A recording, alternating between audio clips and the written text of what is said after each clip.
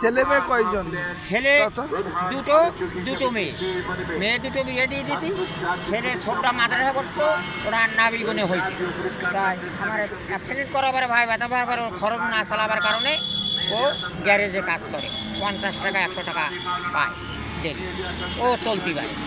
জামাই দুইজন? জামাই আর জামাই একজন রিক্সা চালায়, আর একজন ওই পারের রিক্সাও চালাতে পারে, আবার ধানের কাজও করতে পারে জমি, আবার ইজিবিকও চালাতে পারে, কাঠমিস্ত্রির কাজ করতে পারে। এখনই বিদেশে যাবে। বিদেশ যাবে? হ্যাঁ। এত টাকা পাবে কোথায়? এত টাকায় পাবে, ওনার বাপ গোছায় দেশে। আর কি আমার ওই বউ আপনার চাষির কটুক জমি ছিল, তাই গেছে 50,000 দিয়েছে। তা চাষি এতদিন আপনার ওই চার দোকানটা ব্যবস্থা করে দিতে না, পারতো। তা হ্যাঁ? পারবে না। আর কব আমি আবার অন্যটাই বলবো, কেন চাষির পরাধীন- কাছে কিছু নেবেন না? পরাধীন থাকতে রাজি না, বুঝতে পারছি।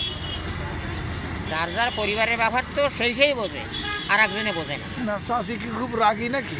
হ্যাঁ, রাগি। আর আমি তার সহযোগিতায় উপরে উঠতে চাই। যদি পারি আমি নিজে বাহু বলে পারলে উঠলাম, নাহলে আমি তলেই থেকে গেলাম। বুঝলে? তাহলে এই যে আপনি যা আয় করেন এটা চাষির কাছে যে দেন তো? হ্যাঁ, আয় করি, বাড়ি বাজার ঘাট চালাই, ঘর ভাড়া দিই, কারেন্ট বিল দিই, কোনো মাসে দিতেই পারি না। এই আমি আবার অন্যটাই বলব। তাই খুব কড়া। খুলনায় যে খালেদ তালুকদার হ্যাঁ। ত্রাণমন্ত্রী, উনি আমার ক্লাস ফ্রেন্ড, একসাথে পড়াশুনো করেছি, বুঝেছেন। ওনার কাছে কোনো দিন আমি হাত পাতিনি। যদি ওনার কাছে একটা হাত পাততাম, যে কোনো একটা লাইন কাট আমার হতো। আমি যাইনি। কেন গেলেন না কেন? না, যে যাইনি। যে দেখতেন কি বলে? মনে বল আছে, গেলি একটা কিছু হতো, তারপর আমি যাই এখন তো আর হবেই না। না। এখন তো তারা তো 13-12 পঞ্চান্ন ইনভিলেট ক্যান্সেল। তেন মানে কি?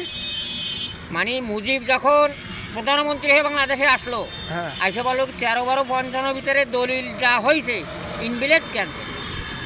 আবার একটু বুঝাই বলেন তো। ওই ওই সময় মেয়াদেই দলিল ছিল, হ্যাঁ। 15 বছরের মেয়াদ। আচ্ছা। তাই ওই উনি যখন প্রধানমন্ত্রী আসলো, ওই মেয়াদি দলিল ক্যান্সেল হয়ে গেল। যাগো জমি তারা ধান কাটি নিয়ে যাচ্ছে, যে ক্যান্সেল সে আর কাটতে পারতেছে। তাই হ্যাঁ, উনি ক্যান্সেল করবে, বাতিল। এই নামটা তো আমি কখনো শুনিনি। এই 13-12-55 13 ইনভিলেট ক্যান্সেল। Invalid cancer. হ্যাঁ, আমার মনে আছে না, তাই মুজিব করে। তো এটা কি ভালো করছিল না খারাপ করছিল? ও সময় তো ভালো করছিল। ভালোটা কোথায়? আপনি টাকা পয়সা দিয়ে রাখিছেন, আপনি ভোগ করতে পারলেন না, আপনি আউট হয়ে গেলেন। আপনার টাকাটা নিয়ে আমি গরিব মানুষ, আমার তো উপকার হয়েছিল। টাকাটা তো আপনি একটা স্বার্থে দিয়েছেন, আচ্ছা। সুদে তো আর দেননি। না আমার জমিটা খাবে, 15 বছর খাই আপনি চলে যাবেন, সেখানে কিছুটা দেওয়া উচিত ছিল আপনার। আপনি যতই টাকার মালিক হন না কেন, আপনার মনে তো কষ্ট। টাকা দিয়ে এই জায়গাটা কিনে যদি আপনি ভোগ না করতে পারেন, আপনার মনে কষ্ট না? অবশ্যই। তাই কিছু দিয়া দেওয়া উচিত ছিল আমার বুঝে। আচ্ছা আরেকবার সবাই কথা বলবো আপনার যাক, সাথে, ঠিক আছে। ভালো লাগলো। ঠিক আছে।